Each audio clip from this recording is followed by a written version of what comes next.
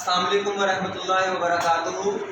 आज हम यूपीएस की मुकम्मल सर्किट डायग्राम इसके बारे में आपको इसके कनेक्शनों के बारे में समझाएंगे और मॉड्यूल और कार्ड और ट्रांसफार्मर और बैटरी का क्या फंक्शन होता है ये भी बताएंगे। फर्स्ट ऑफ ऑल मॉड्यूल की तरफ चलते हैं। मॉड्यूल के अंदर ये जो कनेक्शन टर्मिनल्स होते हैं इनके सारे फंक्शन इसके ऊपर ही लिखे होते हैं। इसके कनेक्शनों की पूरी डिटेल होती है, इसको ज़रा समझें। सबसे पहले नंबर पर हमारा होता है 260 वोल्ट इन्वर्शन वाले, यानी कि ट्रांसफार्मर की जो लीड है वो 260 वोल्ट वाली हमने इधर लगानी होती है। उसके बाद पॉइंट नंबर 2 और पॉइंट नंबर 3 जो होते हैं, यहाँ पर हमने 220 वोल्ट इनपुट देनी होती है। 220 वोल्ट इनपुट कैसे देनी है? पॉइंट नंबर 2 पर हमने न्यूट्रल देनी है और फ्यूज के जरिए से देनी होती है न्यूट्रल।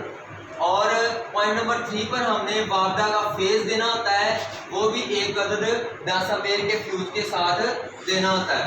तो 10 एम्पीयर का फ्यूज आप यहाँ पर इस्तेमाल कर सकते हैं 1000 वाट के यूपीएस के लिए। पॉइंट नंबर 4 और पॉइंट नंबर 5 के बारे में, पॉइंट नंबर 4 जो है वो यूपीएस की आउट होता है। इसका मतलब है कि यहाँ से यूपीएस हमें फेज आउट करवाता है, यहाँ से फेज आउट होता है। और पॉइंट नंबर जो 5 है, यहाँ से न्यूट्रल आउट होती है। और एक बात याद रखें, पॉइंट नंबर 2 और पॉइंट नंबर 5 आपस में कॉमन होते हैं। पॉइंट नंबर 2 और पॉइंट नंबर 5 आपस में कॉमन होते हैं, न्यूट्रल इनकी आपस में कॉमन होती है। अच्छा जी, पॉइंट नंबर जो 6 है, ये चार्जिंग लीड यहाँ पे लगाई जाती है जिसके वोल्टेज 140 रखे जाते हैं। इस फंक्शन का फायदा ये होता है कि अगर वोल्टेज हमारे वापडा के वेरिएशन भी करते रहें तो चार्जिंग हमारी डिस्टर्ब नहीं होती। आप यूँ कह सकते हैं कि 140 वोल्ट से लेकर 240 वोल्ट तक अगर वापडा के वोल्ट वेरिएशन करते रहें, कम ज़्यादा होते रहें, तो हमारी चार्जिंग सेम पोजीशन में रहेगी। अगर हम कहें कि 20 एम्पीयर में हमने चार्जिंग सेट की है तो 20 एम्पीयर पर ही चार्जिंग होती रहेगी। अच्छा जी, नेक्स्ट पॉइंट है, इन 6 पॉइंट्स के बाद बैटरी के पॉइंट्स हैं। बैटरी के पॉजिटिव और नेगेटिव हम कार्ड के ऊपर पहुंचाना ज़रूरी होता है। अगर 12 वोल्ट का कार्ड है तो यहाँ पर 12 वोल्ट पहुंचाने होते हैं, और अगर 24 वोल्ट का कार्ड है तो 24 वोल्ट पहुंचाने होते हैं। लेकिन याद रखें, अगर 12 वोल्ट का कार्ड है तो यूपीएस के लिए जो ट्रांसफार्मर है वो भी आपका 12 वोल्ट वाला होना चाहिए, यानी कि 12 वोल्ट वाला ट्रांसफार्मर होना चाहिए। और अगर 24 वोल्ट का कार्ड आपने यूज़ करना है तो फिर ये 24 वोल्ट का ट्रांसफार्मर इसके लिए आप इस्तेमाल करेंगे। अच्छा जी, नेक्स्ट पॉइंट जो है वो बेस 1 और बेस 2 के हैं। बेस 1 बेस 2 जो है, यहाँ से पॉजिटिव पल्स आती है और पॉजिटिव पल्स आके हमारे मॉड्यूल को एक्टिव करवाती है और उसमें फ्रीक्वेंसी जनरेट करवाती है। इसके लिए जनाब यहाँ पर बैलेंस्ड वोल्टेज होने चाहिए। बेस 1 और बेस 2 पर 3 से 4 वोल्ट तक बैलेंस्ड वोल्टेज होते हैं। अगर इनमें डिफरेंस होगा कि एक पॉइंट पर बेस 1 पर अगर 3 वोल्ट आ रहे हैं तो बेस 2 पर 4 वोल्ट या 4 से ज़्यादा आ रहे हैं, तो क्या होगा कि हमारा मॉड्यूल जलने का खतरा होता है। इसलिए जब नया कार्ड भी लेंगे तो इसको भी एक दफ़ा टेस्ट जरूर कर लेना है कि बेस 1 पर और बेस 2 पर बैलेंस्ड वोल्टेज होने चाहिए, दोनों पर सेम वोल्ट होने चाहिए। अच्छा जी, नेक्स्ट जो 2 पॉइंट है वो फ़ैन के हैं।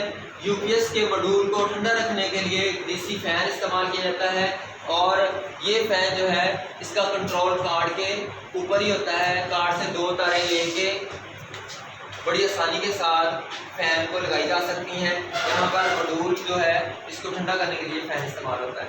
और अगली 2 तारें हैं स्विच की। ऑन ऑफ स्विच यहाँ पर लगाया जाता है। ऑन ऑफ स्विच लगाने का मकसद ये होता है कि यूपीएस को हम वक्त की ज़रूरत ऑन कर सकते हैं। अच्छा जी, यहाँ पे ऑन ऑफ स्विच लगाया जाता है। दोनों पॉइंटों पर एक स्विच लगाया जा सकता है यूपीएस को ऑफ या ऑन करवाने के लिए। अब आते हैं बैटरी के कनेक्शंस की तरफ। बैटरी के जो पॉजिटिव नेगेटिव हैं इनके कनेक्शन के लिए हम 16 mm की तार इस्तेमाल करेंगे। 16 mm की तार जो है इसके लोड के लिए काफ़ी होगी, और दूसरी वायरिंग के लिए हम 1 mm की तार इस्तेमाल करेंगे। जितनी भी बाकी वायरिंग होगी वो 1 mm की वायर से होगी।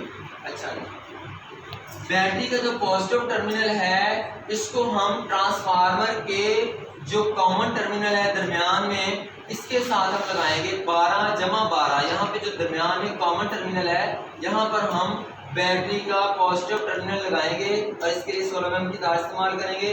नेगेटिव जो टर्मिनल है वो मॉड्यूल के इस पॉइंट पर, नेगेटिव पॉइंट पर लगाएंगे यहाँ तक बैटरी के कनेक्शन खत्म हुए, और यहीं से हम लीड करके कार्ड के लिए 12 वोल्ट लेके जाएंगे मॉड्यूल से, और इस कॉमन पॉइंट से पॉजिटिव नेगेटिव लेके जाएंगे।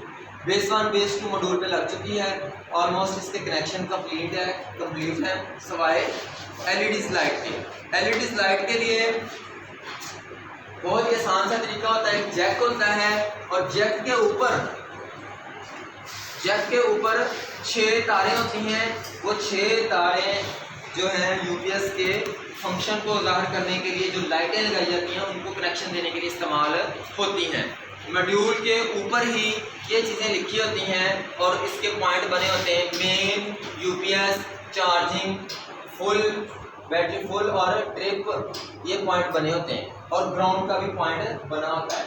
6 तारें जो आके एलईडीज के साथ लगती हैं उनका तरीकाकार ये है कि जो भी एलईडी होती है उसका एक पॉजिटिव होता है, एक नेगेटिव होता है। तो उस एलईडी के जो पॉजिटिव है इसको एनोड कहते हैं, नेगेटिव को कैथोड कहते हैं।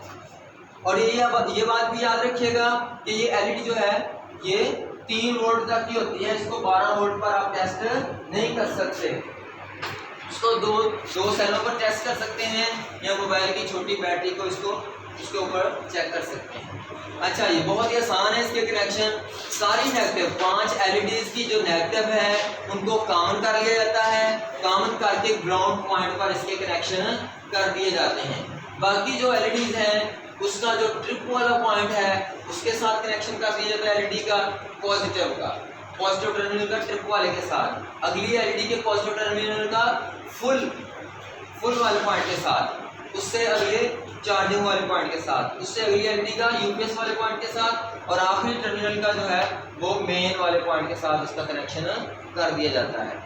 इसी तरह जो बैटरी के लेवल को जाहिर करने के लिए 5 एलईडीज लगाई जाती हैं, उनके कनेक्शन किए जाते हैं कि नेगेटिव सारी कॉमन कर ली जाती हैं और पॉजिटिव पर जो 20% वाले पॉइंट हैं उसको हम सबसे निचली एलईडीज के साथ लगा देते हैं, और इस तरह इस तरतीब के साथ हम आगे तक 100% तक सारे कनेक्शन कर देते हैं। तो उम्मीद है आप सबको समझ आ गई होगी। अगर कोई बात समझ ना आई हो तो आप बाद में भी पूछ सकते हैं। Thank you.